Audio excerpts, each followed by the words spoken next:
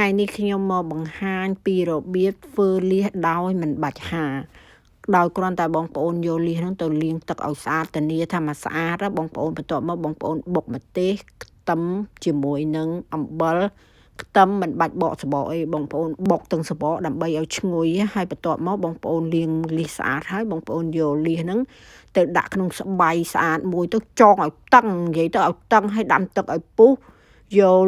លៀសដែលដាក់ក្នុងស្បៃហ្នឹងយកទៅជ្រលក់ក្នុងទឹកក្តៅដែលកំពុងពុះហ្នឹងរាប់1 2 3លើក1 2 3លើកចំនួន3ដងបងប្អូនកុំទាន់អាលាភ្លាមទុកមកសធុះសិនចាំលាលៀសហ្នឹងចេញពីកសែងហ្នឹងហើយដាក់ចូលក្នុងចាន់ដែកយកម្ទេសនិងខ្ទឹមជាមួយអំបិលដែលយើងបុកហើយហ្នឹងយកមកប្រឡាក់ជាមួយលៀស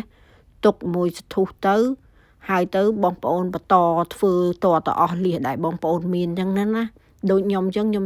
ស្រោះលើកទី2ទៀតបងប្អូនលៀសខ្ញុំនឹងមានចំនួន5ផោនណាបងប្អូនអញ្ចឹងខ្ញុំធ្វើម្ដងឲ្យសម្រាប់ហ្មងទៅបន្ទាប់មកខ្ញុំលាយទឹកត្រីដាក់អំពិលទុំខ្ទឹមសម្ទេសស្ករសទឹកត្រីច្របល់ចូលគ្នាឲ្យសព្វទៅយើងភ្លក់រសជាតិដែលយើងចង់បាន